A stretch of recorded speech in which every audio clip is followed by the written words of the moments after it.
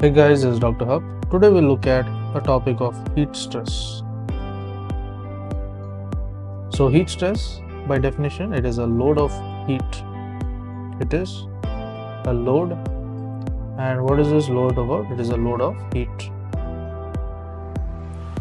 And it must be dissipated from the body.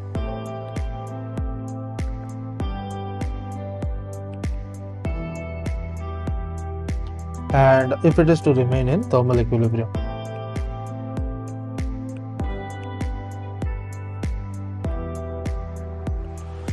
So if it has to be in thermal equilibrium, it has to be dissipated from the body. Next includes the factors. There are factors which affect the heat stress. So these factors, it can be the metabolic. The factors which affect the heat stress, it includes the metabolic rate. Then it can also include the air temperature. Then comes the humidity, air movement, as well as the radiant temperature. So metabolic rate, air temperature, humidity, air movement, as well as the radiant temperature. Next we'll look at the heat stress indices.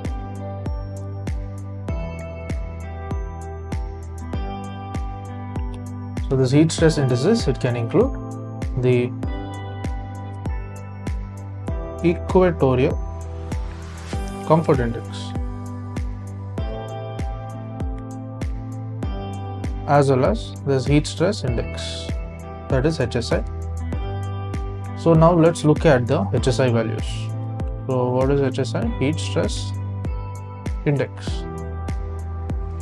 So HSI values, there is 0.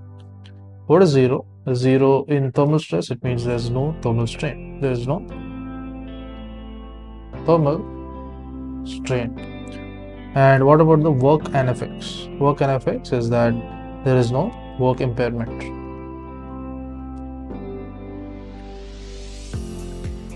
Then we look at 10 to 30.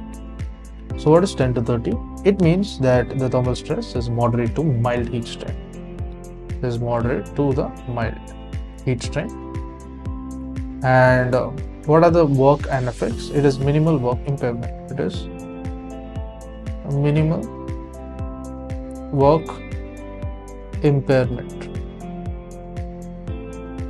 Then we will look at the 40 to 60. 40 to 60. So in terms of 40 to 60, the thermal stress includes a severe heat strain. So in terms of severe heat strain, it includes the threat to the health and greatly impaired work. So this is a threat to the health as well as the impaired work.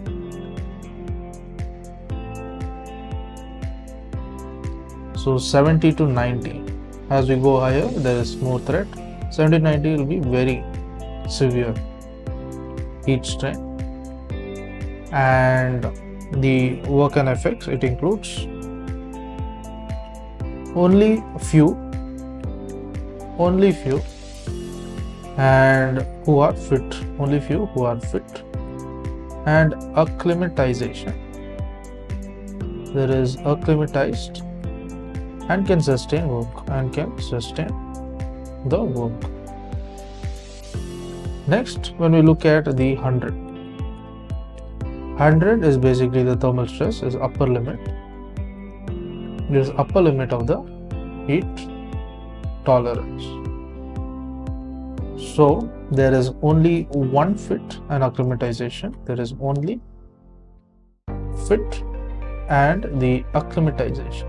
Acclimatized. So only one fit and acclimatized and can sustain work. Can sustain the work, and although with impairment. Although with the impairment.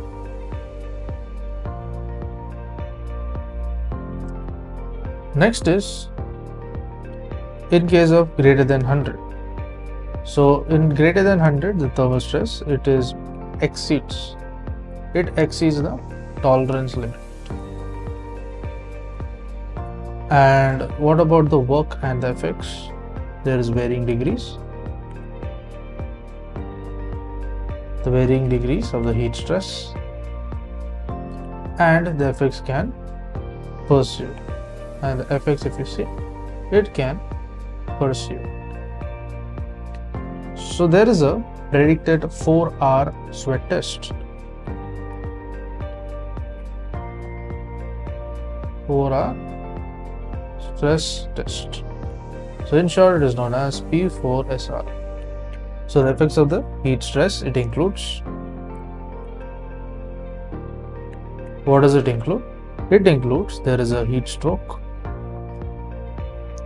Next, there is heat hyperpyrexia. There is heat stroke, there is heat hyperpyrexia. There is also the heat exhaustion.